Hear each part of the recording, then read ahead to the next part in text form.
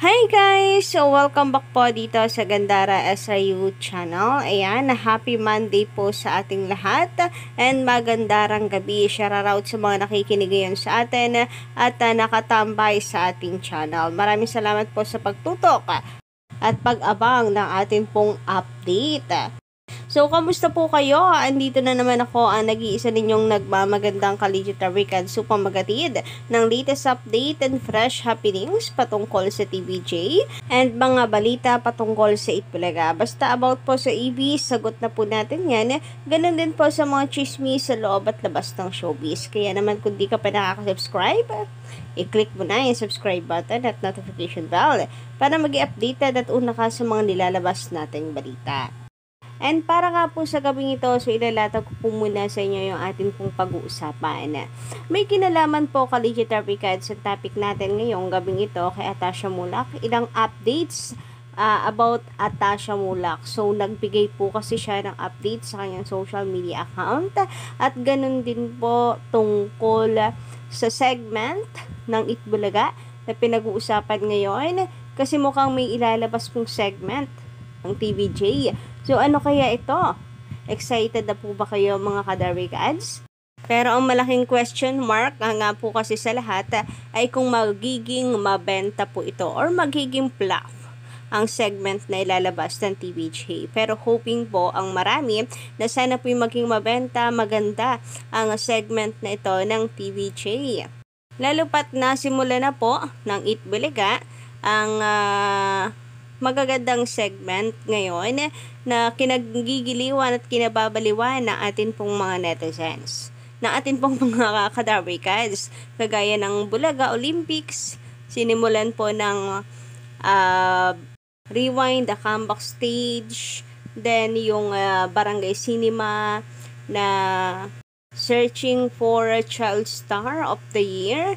Kaya naman sana another segment po nakokompleto sa panlasa ng mga Darikads upang tuluyan pong umarangkada muli ang ratings ng TVJ. Kapansin-pansin naman talaga guys na seryoso talaga ang TVJ, sineseryoso po nila na muli pong mabawi ang ratings from Showtime na ngayon ay nangunguna pagdating po sa ratings.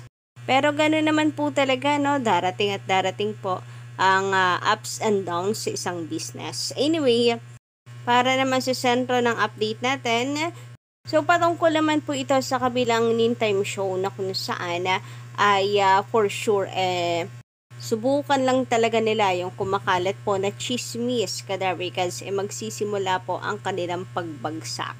So ano kaya yung chika na yun kadarikads?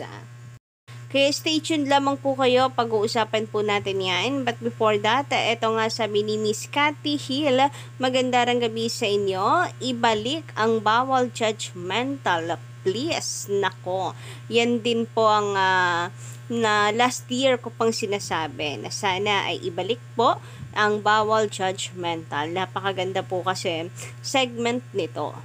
Actually, very happy po ako nung nagkaroon ng babalawag kayong ganon, pero medyo na-sad ako nung sinashort nila yung oras para sa bawal judgmental. Nagkasabay-sabay po kasi yung mga segments nila na kinakailangan ng napakahabang oras. So, hindi po tuloy nabibigyan ng hustisya yung bawal judgmental. Pero sana this time, pinag-aaralan po nilang mabuti yan, kadarikads.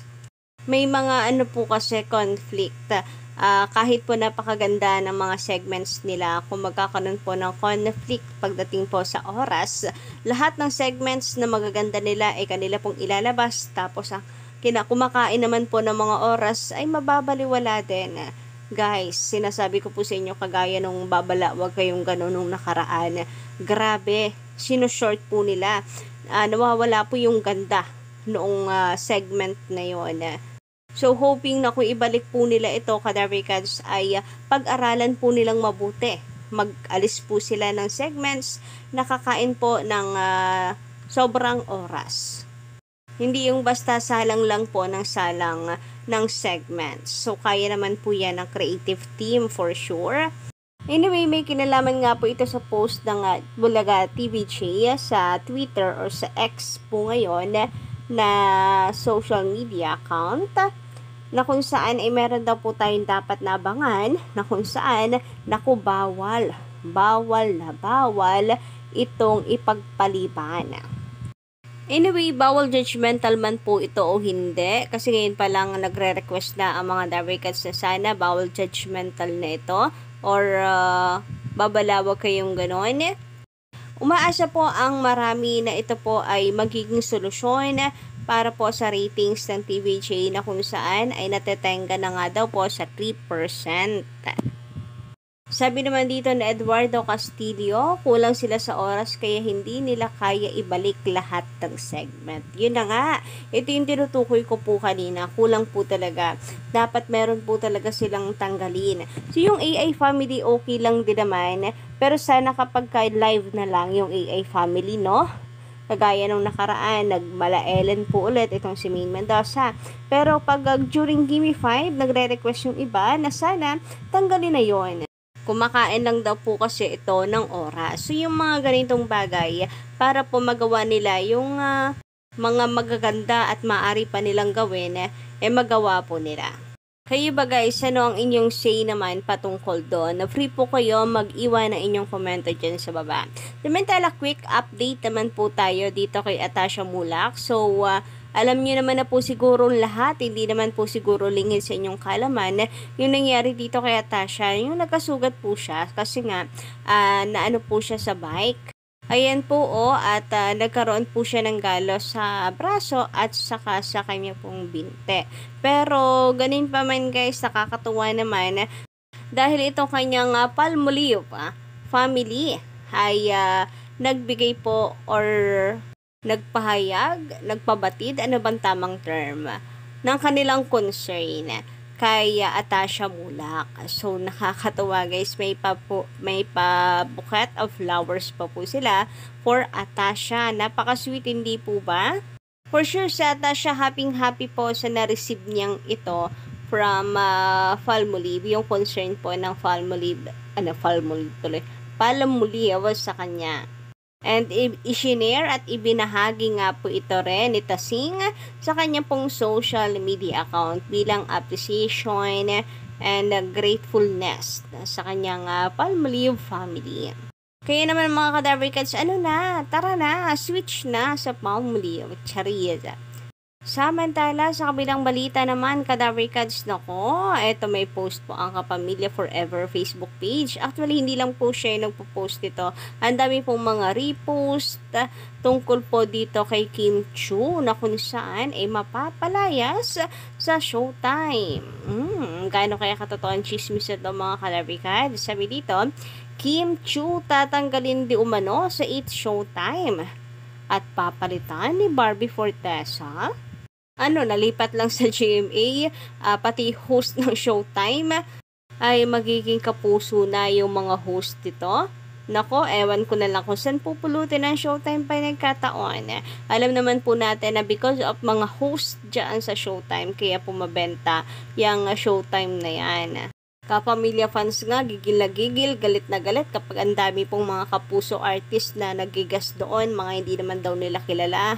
Tapos papalitan, kagaya po ni Kim Chiu. Sabi dito, usap-usapan ngayon ang balita na aalis na si Kim Chiu sa It's Showtime. At papalitan siya ni Barbie Fortesa. Ang mga fans ni Kim ay nagtataka kung bakit aalis ang kanilang idolo, lalo na't siya ay isa sa mga pinakakilalang host sa programa. And ayos din sa picture talagang yung medyo umiiyak, paiyak, ito pong si Kim Chiu.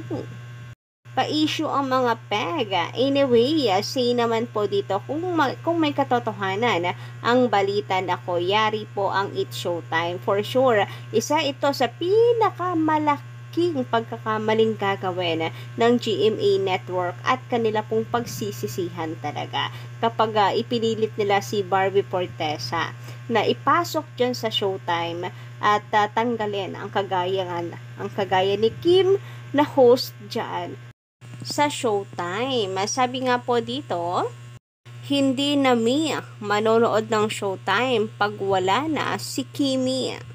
Nako, mukhang boycott po ang kalalabasan nito, Kadarby Cats. Marami pong magagalit niyan sa GMA Network. Kung totoo at talagang gagawin ito ng Kapuso Network. Pero I don't think so naman kasi for sure naman ang management din po ay aalma. Management ng Showtime aalma. And magiging sanhi pa ito para magkaroon sila ng lamat ng GMA. And for sure ito po ay isang bagay na iniiwasan ng GMA kasi malakas ang Showtime sa kanila. Dagdag pa nga po dito, sa totoo lang, hindi pa nagsasalita itong si Kim Chiu, napapangiti na ako. Sabi pa dito, ako din, stop na ako manood ng Showtime pag wala na doon si Kim. Sabi pa po nung isa, ako rin, hindi na manonood ng Showtime. So, ilan lang po ito sa mga komento ng pagtutol ng ilang kapamilya fan. So, boycott to malamang and pagsisisihan ng GMA Network kung sakali na kanilang ipupush. So, yun lang po muna guys sa ating update para sa gabing ito. Maraming salamat sa pakikinig and iwan nyo lang po ang inyong komento dyan sa baba. Kung meron po kayong mga opinion at komento hinggil sa update natin ngayong gabi. And of course, don't forget to click the subscribe button and notification bell for more updates.